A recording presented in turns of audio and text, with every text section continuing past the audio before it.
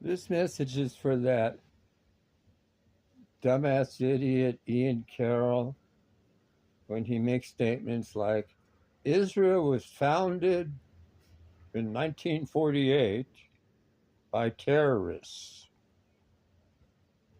The Stern Group, the whatever, you know.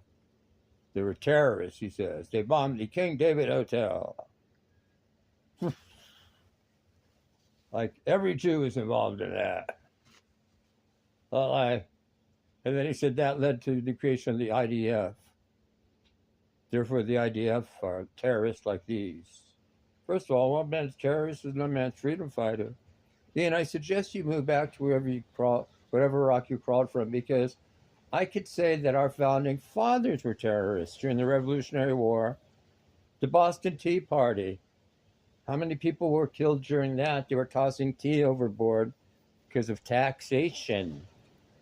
Actually, tariffs, import taxes. People died during that little skirmish there. Weren't those terrorists too? Yeah, and they happened to kill British people too. You notice how that's funny? Now he's claiming Jews killed. Okay. So, wait, like every Jew in the world today was behind the bombing of the King David fucking hotel. Dude, get over yourself. Like, wait, am I excusing it? First off, if you dig deep enough into the circumstances, you realize it wasn't as black and white as this asshole says.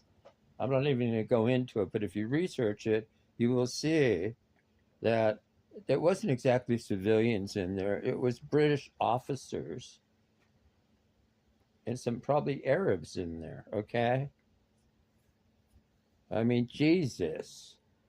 I mean, this guy, wait, this is the same type of dude that would, if Hitler's generals, like in the movie Valkyrie, would have actually killed him, because people forget, you know, there are at least 4 or 5 assassination attempts on Adolf Hitler, not by Joe Blow off the fucking low-life street.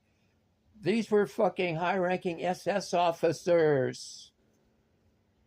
I forgot which one. I don't know if it was Goebbels or it wasn't Adolf Eichmann or Mengele. It could have been Goebbels. No, I don't know. It was one of those high-ranking SS dudes, okay? I remember they put explosives inside a briefcase. It actually went off. But it didn't kill Hitler, but it almost did. So Hitler's own generals were trying to kill him. Were they terrorists too? You know, you forget. But what he's forgetting is and another misnomer, this Nakba. First of all, let me explain something to an idiot like Ian Carroll. You know what the Old Testament is, you would call it? I call it the Torah, the Bible. Well, it's a book that's over 2,000 years old. Guess what? Not only is the word Palestine not mentioned in this book, or in the Christian, what I call New Testament, but in the Quran, written approximately 700 AD, no, not one mention of the word Palestine. Why? But Israel 46 times. Why? Because Palestine, Ian Carroll, let me explain to you what Palestine is, because you are a dumb motherfucker. Approximately 70 AD, the Romans decided to kick out the Jews from the land of Judea, which you would call Palestine, Gaza, whatever, and they renamed it Palestine. Why? Well, it was a way of giving the middle finger to the Jews as they kicked us out, because it was somehow based on the Philistines, who were basically another indigenous people who tried to kill us off a few times. But in fact, David and Goliath was a Philistine.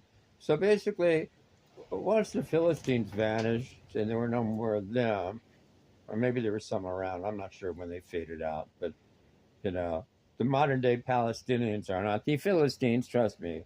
So the Romans just decided to come up with the name Palestine and called it Palestine as a way of flipping us Jews off.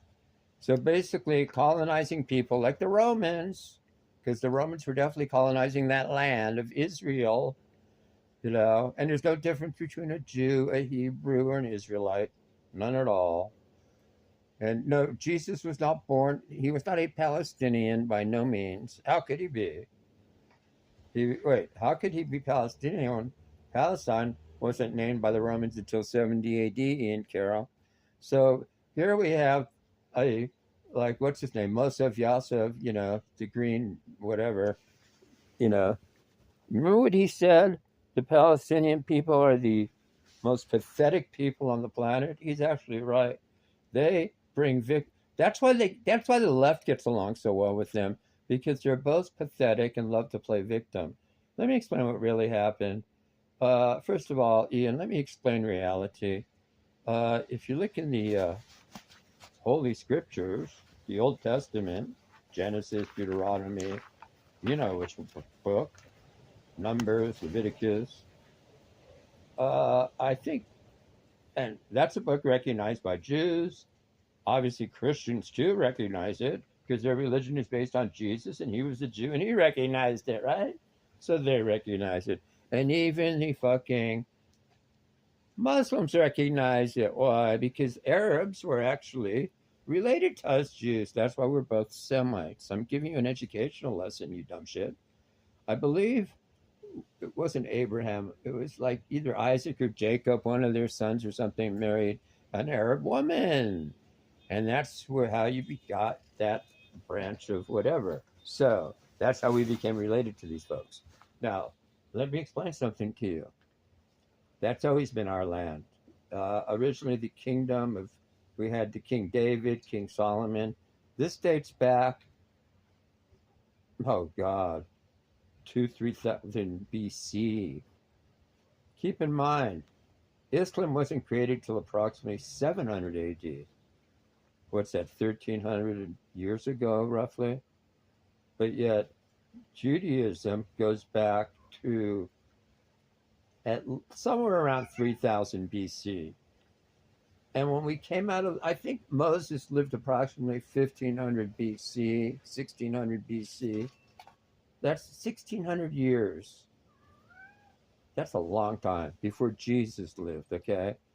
And basically that's when the book says the land was given to us Jews, the Israelites. A book that everybody recognizes. It's the only land deal that some book recognizes that some superior being, God, whatever, it could be a Martian. The book could have, for all we know, this book was written by aliens. We don't know. But we know it's historical. We know it dates back. So we know that. And if you don't even believe in the book, Ian, if you dig up, as you call it, shekels, you'll see old shekels, dating back to like before Jesus' time, okay? With like Star of David's on them, menorahs and shit. So we all know the history there. So to say that the state or country of Israel just popped out of nowhere in 1948 is like such a joke. To say we're colonizing that. Now, I will say we might be, the only term I would use is we're recolonizing a land, because obviously we're the indigenous peoples of that land. I mean, I don't know how you would come up with any other reality when you've got a holy book here. Most of you who believe in Jesus know he was a Jew from Judea. And obviously he came. Wait, what do you Christians think? That Jesus, who was born in Bethlehem, they're talking about Bethlehem, America? You think he came from there? No, he came from Bethlehem in Israel, or whatever you want to call it, the land of the Holy Land. It was called a lot of things in Hebrew, but if the translation would be Israel, because they were Israelites, the land of Canaan, because the Canaanites were the prior people who lived there, and a lot of those were Jews. And then you get into, it's just a reality. Us Jews never really left there, and when we did leave, it's because we were tossed out by Arabs. It was Sandschwarzes, to borrow a German phrase, who kicked us out. Well, it was also white people, the Crusaders, the Romans. So we were kicked out of our land. So in 48, it's not like we just, it's funny how they used the argument, well, they were thinking about going to Uganda and starting Israel. Now, you think I would have been for that? I would have laughed at that. I would have said, why?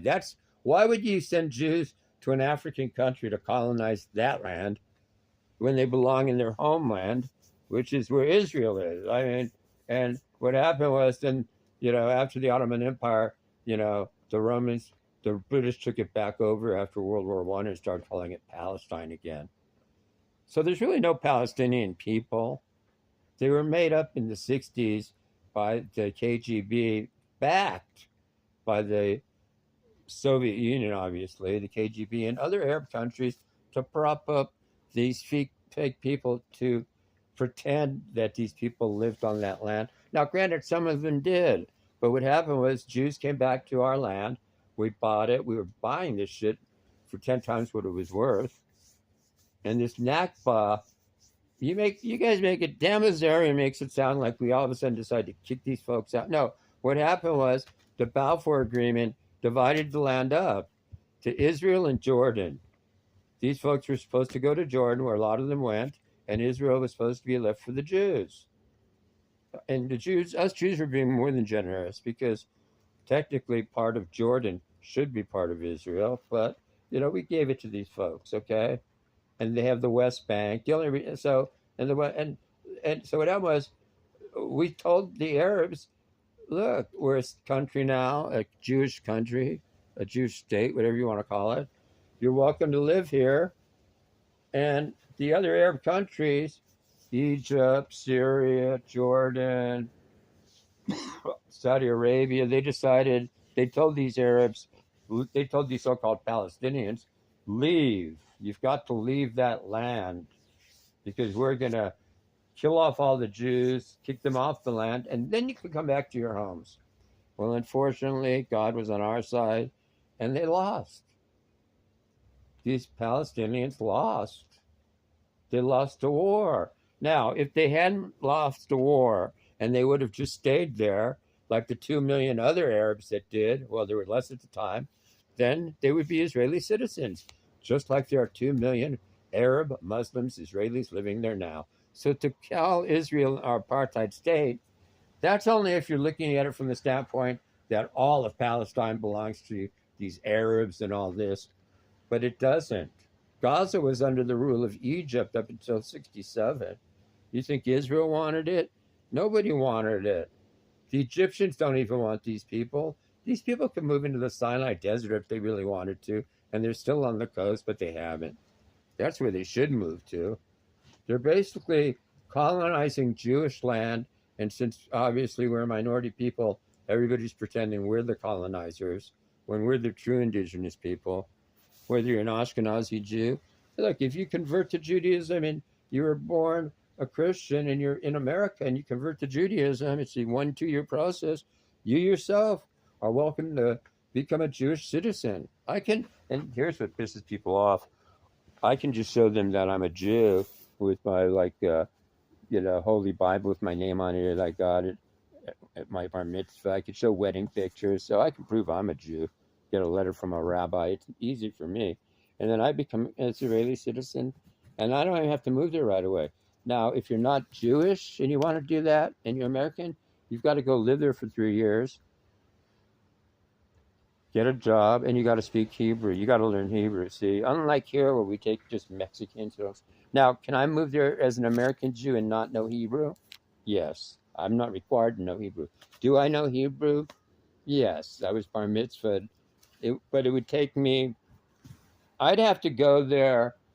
If I was moving there, I'd need 6 months to a year there, and I'd be picking up Hebrew pretty easily again. It's not, because I went to Hebrew school for 5-6 years. So you guys are wrong. It's my country. It's my land. And you know what the best part is? There's nothing you can fucking do about it. And that's what I like about it, too, that it gets up guys like Bilzerian's ass cracked so much. I love that. I really do. I'm in love with that fact.